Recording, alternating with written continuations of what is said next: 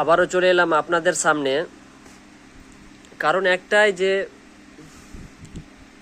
আগামীকাল 15ই আগস্ট স্বাধীনতা দিবস, তাই তো সবাই খুব সুন্দরভাবে পতাকা উত্তোলন করবেন, বিভিন্নভাবে অনুষ্ঠান করবেন এবং অনুষ্ঠানে নাচ আমোদ ফুর্তি সবই থাকবে, সবই দেখতে পাবো আগামীকাল। কিন্তু আপনারা একবার ভেবে দেখুন তো যে এই বিষয়টা যখন কালকে পতাকা উত্তোলন করতে যাবেন তার আগে একবার ভাববেন যে বর্তমানে আমরা কোন জায়গায় বাস করছি। আমাদের দেশ স্বাধীন হয়েছিল 1947 সালে, তাই তো আমরা মনে করি, কিন্তু তখন শুধু ইংরেজদের হাত থেকে স্বাধীনতা লাভ করেছিলাম। কিন্তু বর্বরতা বা বর্বর জাতীয় মানুষ যেগুলো আছে বা কুরুচিকর মানুষ যেগুলো আছে তাদের কাছ থেকে আজ পর্যন্ত আমরা মুক্তি পাইনি। যখন কালকে পতাকা উত্তোলন করতে যাবেন বা যে কোনো অনুষ্ঠানে যাবেন তখন একবার ভেবে নেবেন আরজি করে ঘটে যাওয়া সেই ডক্টর সুস্মিতার কথা, আজকে সকালে ঘটে যাওয়া উড়িষ্যায় একজন নার্সকে 2 ডাক্তার মিলে গণধর্ষণের কথা। আজকে এখনো পর্যন্ত কোনো নিউজ চ্যানেলে উড়িষ্যার সেই ধর্ষণের কথার খবর দেখতে পেলাম না, শুধুমাত্র একটা নিউজ ছাড়া। আবার এই বিষয়টা খুব একটা ভাইরালও হবে না। এবং বর্তমান পরিস্থিতিতে উড়িষ্যাতে বলেন, বাংলাতে বলেন, ভারতবর্ষের বিভিন্ন দেশে বলেন, ভারতবর্ষের বিভিন্ন রাজ্যে বলেন, কোনো জায়গায় আপনি দেখাতে পারবেন যে মানুষ স্বতঃস্ফূর্তভাবে ঘুরে বেড়াচ্ছে। স্বাধীনতা মানে কি? স্বাধীনতা মানে হচ্ছে, আমি মনে করি স্বাধীনতা মানে কি, স্বাধীনতা মানে একে অপরকে ছোট করা নাই, একে অপরের সঙ্গে মিলেমিশে। স্বাধীনতা মানে ভারতবর্ষের যে কোনো স্থানে একজন সাধারণ মানুষ যে কিছু করতে পারে, তাকে আইনের মধ্যে থেকে যে কিছু করতে পারে, তাকে বাধা দেওয়ার কেউ থাকবে না, সে যেখানে যেতে পারে ভারতবর্ষের মধ্যে। কিন্তু বর্তমানে কি তা হচ্ছে? একবার পতাকা উত্তোলনের সময় এই কথাটা ভাববেন তো। আর একটা কথা ভাববেন যে স্বাধীনতা কালকে যে আমরা পতাকা উত্তোলনটা করব, তো পতাকা উত্তোলন করার আগে যদি বা পতাকা উত্তোলন করার পরে যদি আমরা একটা মিছিল বের করতে পারি বা একটা প্রতিবাদ মিছিল বের করতে পারি যে এ কেমন স্বাধীনতা, কেমন হয়?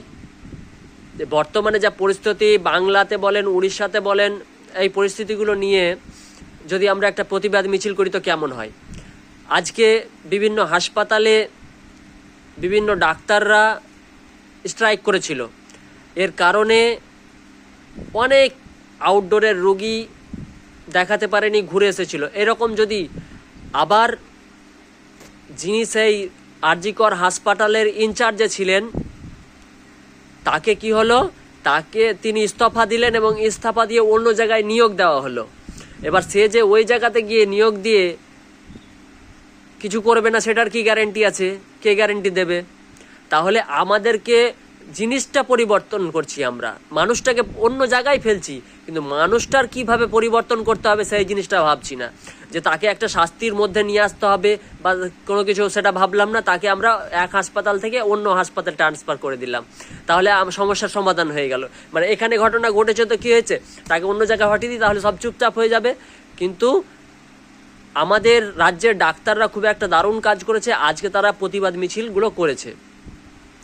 তো প্রত্যেকের কাছে আমার অনুরোধ যে আপনারা স্বাধীনতা কিভাবে মানবেন কালকে। কিসের স্বাধীনতা? কি স্বাধীনতা জিনিসটা কি? স্বাধীনতা মানে আমাকে বোঝান তো দেখি একটু, আমি তো বুঝতে পারলাম না স্বাধীনতা মানে কি। আমি ঠিক করেছি যে কালকে আমি কোনো স্বাধীনতা প্রোগ্রামে যাব না।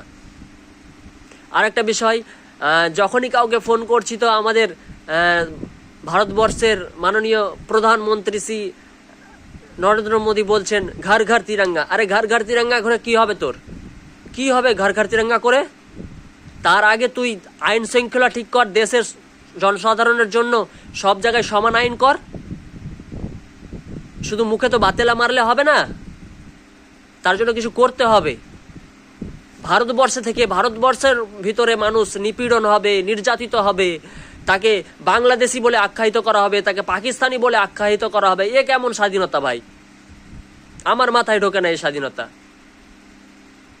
তাই যারা স্বাধীনতার ফটো লাগাবেন, স্বাধীনতার স্ট্যাটাস দিবেন, স্বাধীনতার বিভিন্ন নাচের স্ট্যাটাস দিবেন বা ফেসবুকে আপলোড করবেন, তাদেরকে বলছি এই সমস্ত আপলোড করার আগে একবার আরজিকর, উড়িষ্যা, ভারতবর্ষের বিভিন্ন জায়গায় ঘটে যাওয়া বিষয়গুলো সেগুলোকে একবার তুলে ধরেন। তাহলে সমস্যার সময় তাহলে বুঝতে পারবো যে হ্যাঁ আপনি সব দিকটা বজায় রাখেছেন, কিন্তু শুধু কোনো কিছুর প্রতিবাদের দিকে নেই, শুধু স্বাধীনতা পালনের দিকে আছে, আনন্দ করার দিকে আছে, স্ট্যাটাস লাগানোর দিকে আছে, তাহলে কি করে হয়? সবার কাছে অনুরোধ থাকবে যে আপনারা একটু ভাবনা চিন্তা করেন যে কালকে আমরা কিভাবে স্বাধীনতাতে অংশগ্রহণ করব বা স্বাধীনতা উদযাপন করব। খালি তো উদযাপন করলে হবে না, আমরা সাধারণ নাগরিক হিসাবেও আমাদের অনেক কিছু কর্তব্য থেকে যায় যেগুলো আমাদেরকে দেশের জন্য, রাষ্ট্রের জন্য করতে হয়, সেগুলো তো আমাদেরকে করতে হবে। আশা করছি সবাই বুঝতে পেরেছেন। ভালো থাকবেন, সুস্থ থাকবেন, ধন্যবাদ।